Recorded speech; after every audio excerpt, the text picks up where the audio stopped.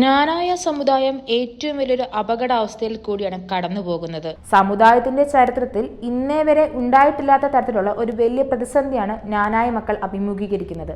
ജ്ഞാനായ സമുദായം AD 345 ഉറഹായിൽ നിന്ന് വരുമ്പോൾ സമുദായം പരിശുദ്ധ അന്ത്യോക്യ സിംഹാസനത്തിന്റെ ഭാഗമായിരുന്നു.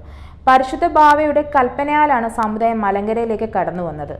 സമുദായത്തിന്റെ ചരിത്രത്തിൽ ഇന്നോളം കാതോലിക്കവും ശ്ലൈഹികവുമായി പരിശുദ്ധ അന്ത്യോക്യ സിംഹാസനത്തിന്റെ വിശ്വാസത്തിൽ കീഴിലാണ് നിലനിന്നു പോരുന്നത്. പരിശുദ്ധ സിംഹാസനത്തിൽ നിന്ന് ലഭിച്ചതായ പൗരോഹിത്യം, കൂദാശകൾ, ആരാധനാക്രമങ്ങൾ എല്ലാമാണ് നമ്മുടെ ആത്മീയ സ്വത്തെന്ന് പറയാവുന്നത്. എന്നാൽ ഇപ്പോൾ പരിശുദ്ധ സിംഹാസനത്തിന് എതിരെയായി വ്യാപകമായ തെറ്റിദ്ധരിപ്പിക്കലുകൾ മനഃപൂർവ്വം സമുദായ മക്കൾക്കിടയിൽ ചിലർ നടത്തി വരുന്നു. അതിന് നേതൃത്വം കൊടുക്കുന്നത് സേവേറിയോസ് തിരുമേനിയും സെക്രട്ടറി TO എബ്രഹാമും ആണെന്നാണ് സമുദായ മക്കൾക്കറിയാം. ഇവരുടെ ഇപ്പോഴത്തെ ഉദ്ദേശം പരിശുദ്ധ സിംഹാസനത്തിൽ നിന്ന് പരിശുദ്ധ ജ്ഞാനായ സമുദായത്തെ അടർത്തിമാറ്റി ഒരു സ്വതന്ത്ര സഭയാക്കി മാറ്റുക എന്നുള്ളതാണ്. പരിശുദ്ധ സിംഹാസനത്തിനൊപ്പം ജ്ഞാനായ സമുദായം നിൽക്കുമ്പോൾ അതിന്റെ പാരമ്പര്യങ്ങളും വിശ്വാസങ്ങളും ജ്ഞാനോനിക നിയമങ്ങളും ഒക്കെ അനുസരിച്ച് വേണം മുന്നോട്ട് പോകുവാൻ. അതിന് ജ്ഞാനായ മക്കൾക്ക് എന്നും ഒരു അഭിമാനമാണ്. പക്ഷേ ഇപ്പോൾ ഇവർക്ക് വേണ്ടത് പരിശുദ്ധ സിംഹാസനത്തിൽ നിന്ന് സമുദായത്തെ മുറിച്ചു മാറ്റി അതിലൂടെ ഇതുവരെ പിന്തുടർന്ന എല്ലാ ജ്ഞാനോനിക നിയമങ്ങളും ഭരണഘടനയും ഇവരുടെ ഇഷ്ടത്തിനും സ്വന്തം ലാഭങ്ങൾക്കും വേണ്ടി മാറ്റി എഴുതി.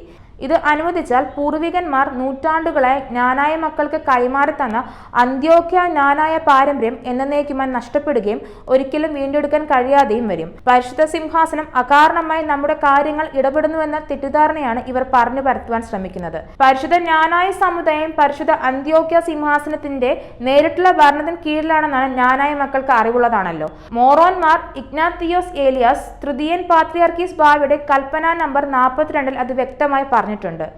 പരിശുദ്ധ ജ്ഞാനായ സമുദായം പരിശുദ്ധ അന്ത്യോക്യ സിംഹാസനത്തിന് നേരിട്ടുള്ള ഭരണത്തിന് കീഴിലും നാളിതുവരെ ജ്ഞാനായ സമുദായത്തിലെ മെത്രോപോളിത്തന്മാരെ വാഴിക്കുന്നതും നിയമിക്കുന്നതും പരിശുദ്ധ പാത്രിയാർക്കീസ് ബാവയാലാണ് നടന്നു വരുന്നത്.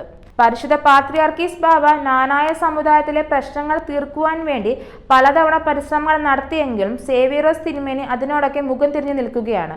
സേവ്യറോസ് തിരുമേനി തന്റെ മെത്രാഭിഷേക സമയത്ത് പരിശുദ്ധ സിംഹാസനത്തിന് മുൻപാകെ ചെയ്ത സത്യപ്രതിജ്ഞയ്ക്കും സഭയുടെ ജ്ഞാനോനിക നിയമങ്ങൾക്കും എതിരായി പ്രവർത്തിച്ചത് കൊണ്ടാണ് അദ്ദേഹത്തെ ഇപ്പോൾ പരിശുദ്ധ പാത്രിയാർക്കീസ് ബാവ താൽക്കാലികമായി മുടക്കിയത്. എന്നിട്ടും പാഠം പഠിക്കാത്ത സേവ്യറോസ് തിരുമേനിയെ എന്നേക്കുമായി മുടക്കി മൂലയിലിരുത്തുവാൻ പാത്രിയാർക്കീസ് ബാവ നിർബന്ധിതനായിരിക്കുകയാണ്. താമസിയാതെ തന്നെ മുടക്ക് കൽപ്പന വരും.